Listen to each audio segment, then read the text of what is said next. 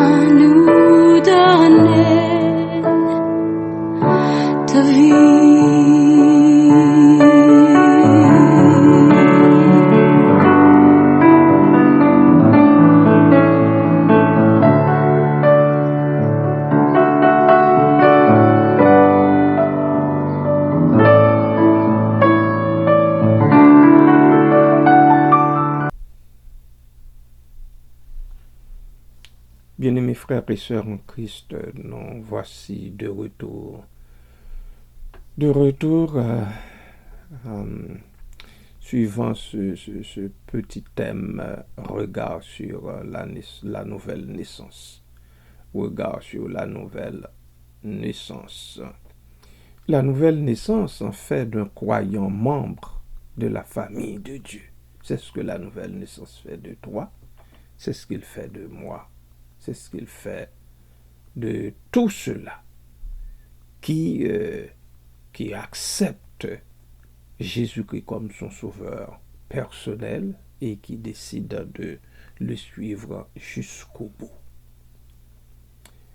Il devient participant de la nature divine.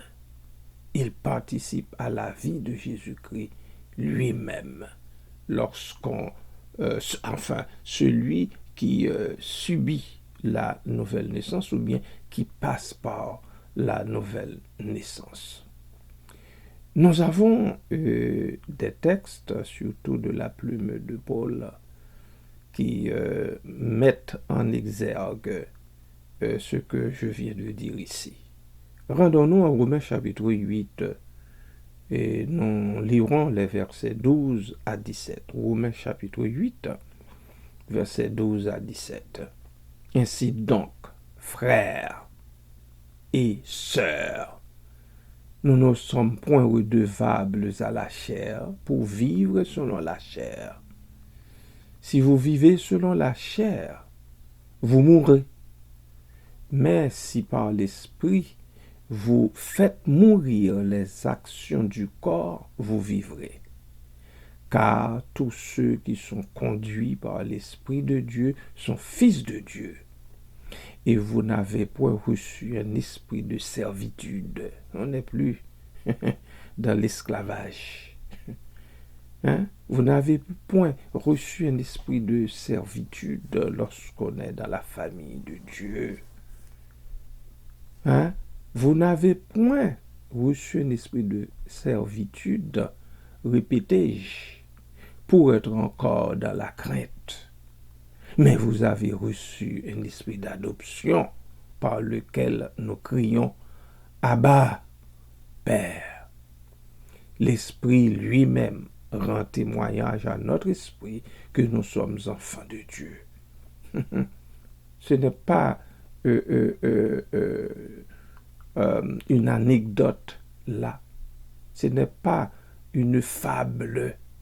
L'Esprit lui-même rend témoignage à notre esprit que nous sommes enfants de Dieu.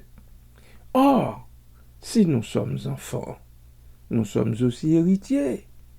Héritiers de Dieu et co-héritiers de Christ, si toutefois nous souffrons avec lui afin d'être glorifiés avec lui. Voilà comment l'apôtre Paul l'a-t-il compris. Voilà comment aussi l'a-t-il exprimé aux chrétiens de Rome.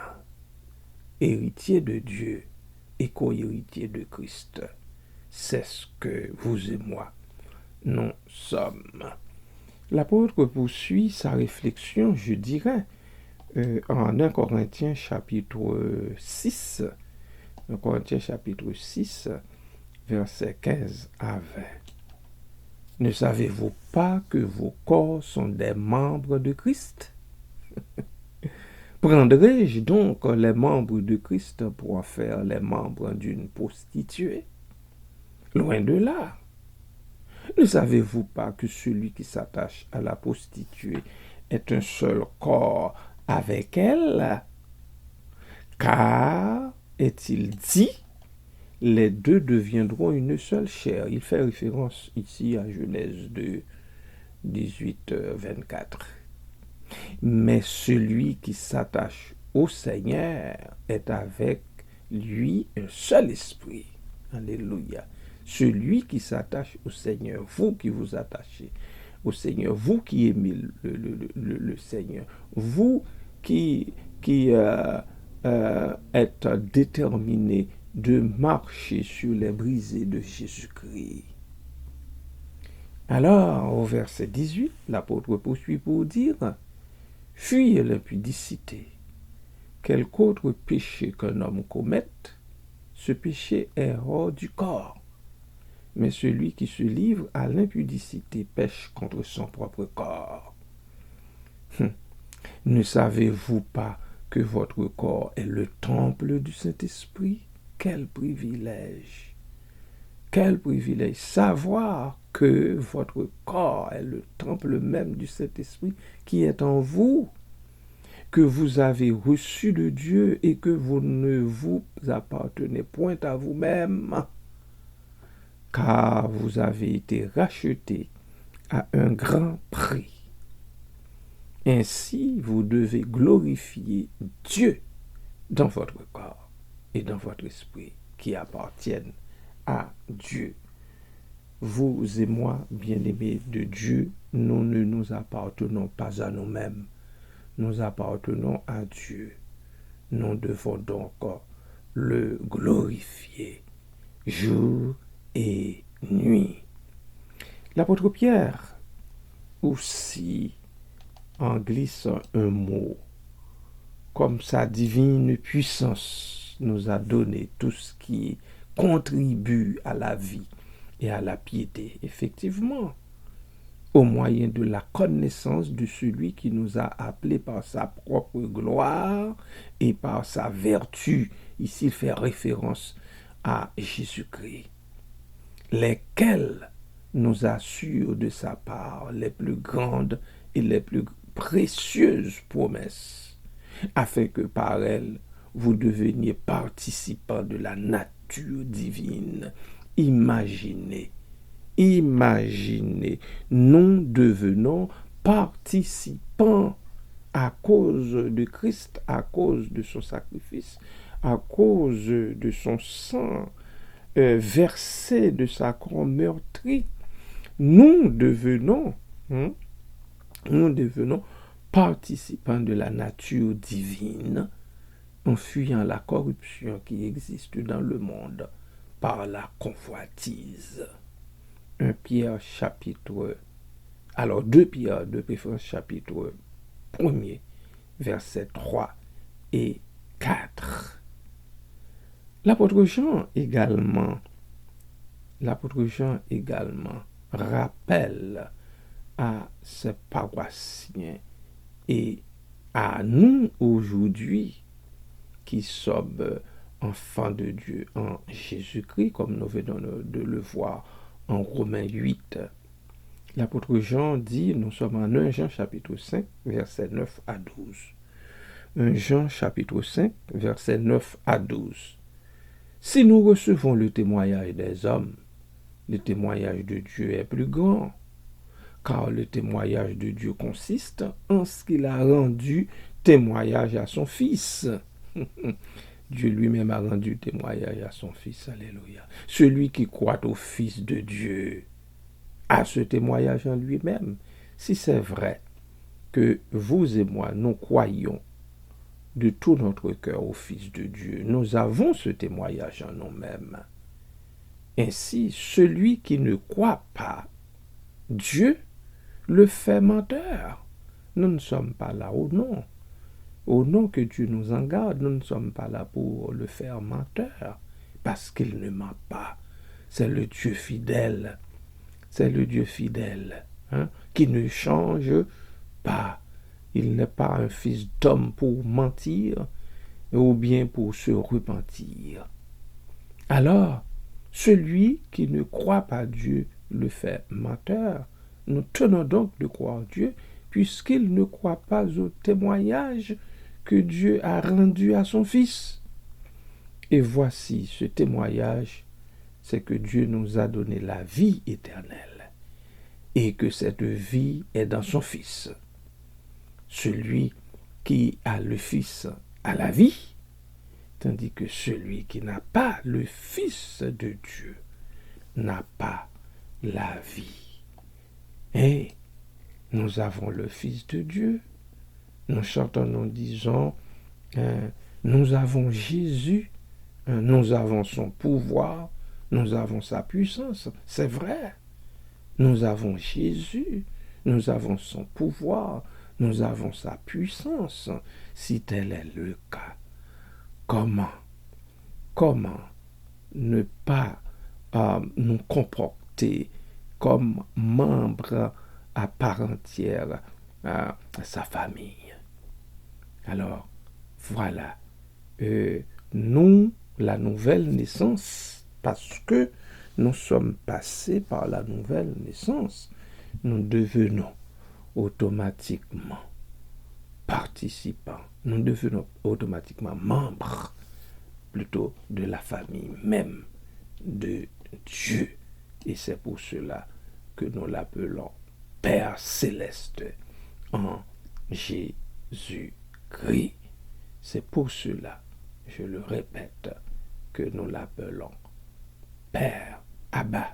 Nous crions même Abba, Père, parce que dans sa grâce, il fait de nous son héritier et co-héritier de Christ, au sens de Romains chapitre 8, verset 17. Soyez donc bénis, peuple de Dieu, et jubilez, sautez, criez, appelez gosier, que vous êtes membre de la famille de Dieu. Et à Dieu, à Jésus-Christ, au Saint-Esprit, soit toute la gloire au siècle des siècles. Amen.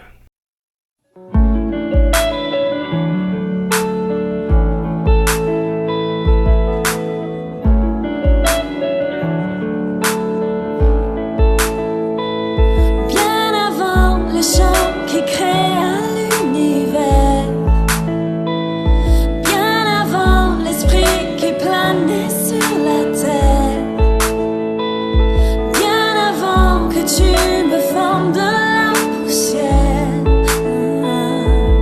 tu rêvais du jour où tu pourrais m'aimer. Et bien avant les premiers battements de mon cœur, bien avant que je m'éveille à ta douceur, bien avant mes doutes, mes joies et mes douleurs, tu rêvais du jour où je pourrais t'aimer. Tu rêvais du jour où je pourrais t'aimer. Abba Père, je suis à toi. Abba Père, je suis à toi. Abba Père, je suis à toi. Abba Père, je suis à toi.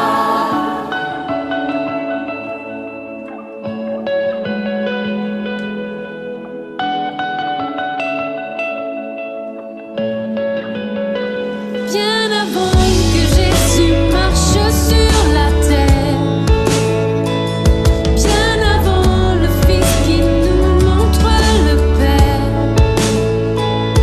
bien avant que les cieux sur moi soient ouverts, tu rêvais du jour où tu pourrais m'aimer. Bien avant que mon péché brise ton cœur,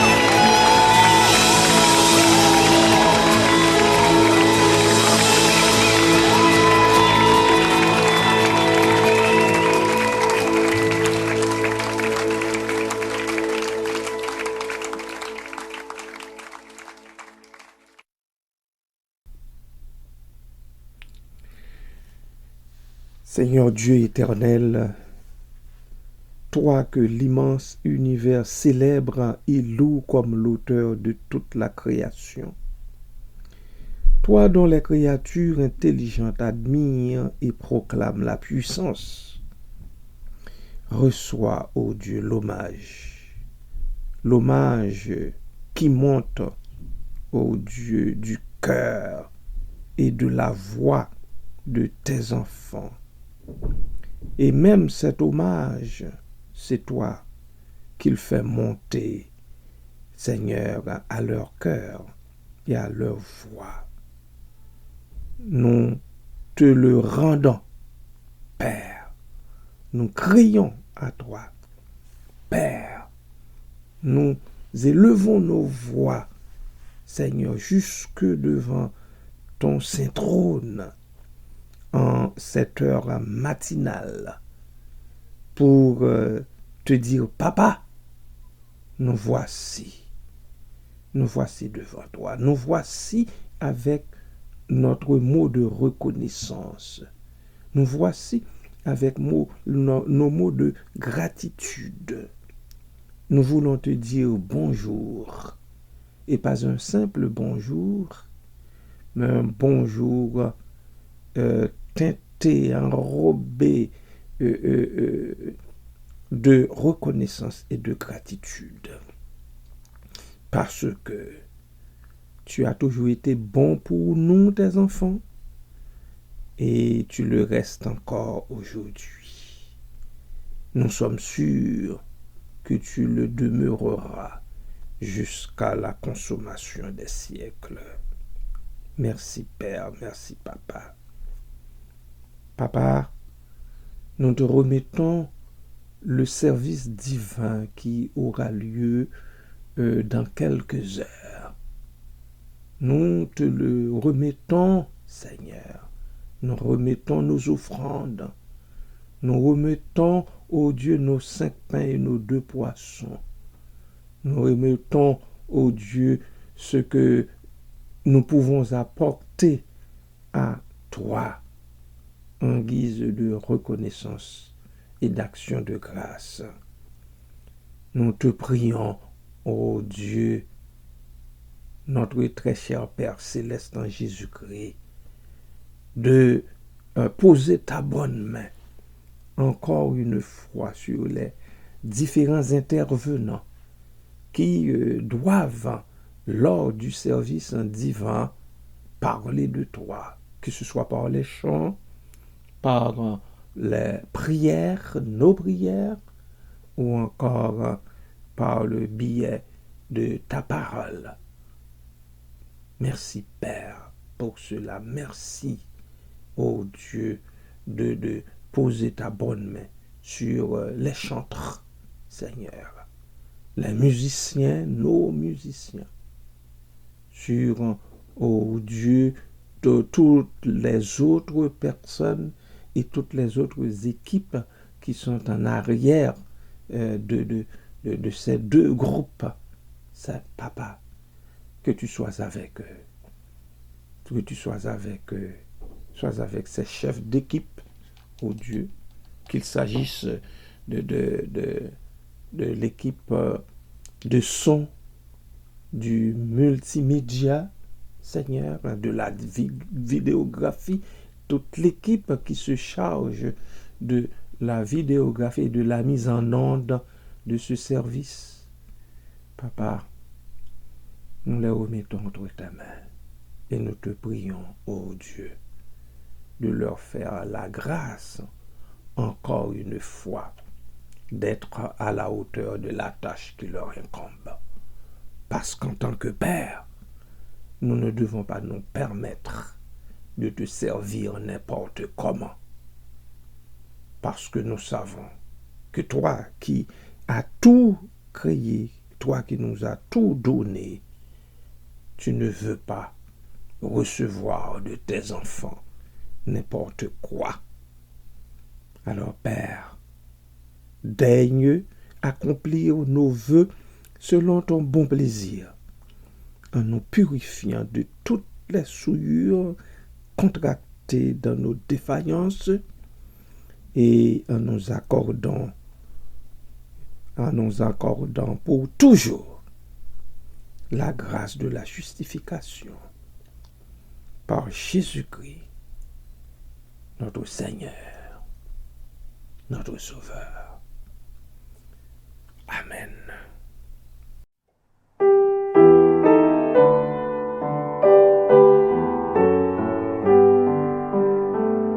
À Jésus-Christ pour son service dans le détail de chaque instant, dans ses sentiers qu'il a fermés, ce n'est pas de son enfant,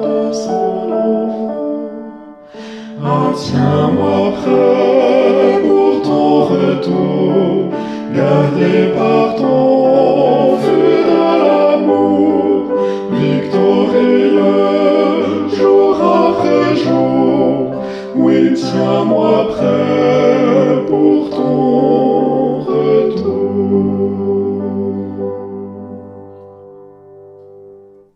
Seigneur, que je vivrai ta gloire, tu m'as sauvé pour te servir. Ta parole me dit que croire, c'est t'aimer, t'obéir. Ah, tiens-moi prêt pour ton retour, gardé par ton feu de l'amour, victorieux jour après jour. Oui, tiens-moi prêt pour ton retour. En attendant que l'on te voie à l'univers manifesté, fais que j'accomplisse avec joie ta sainte volonté, ta volonté. Ah, tiens-moi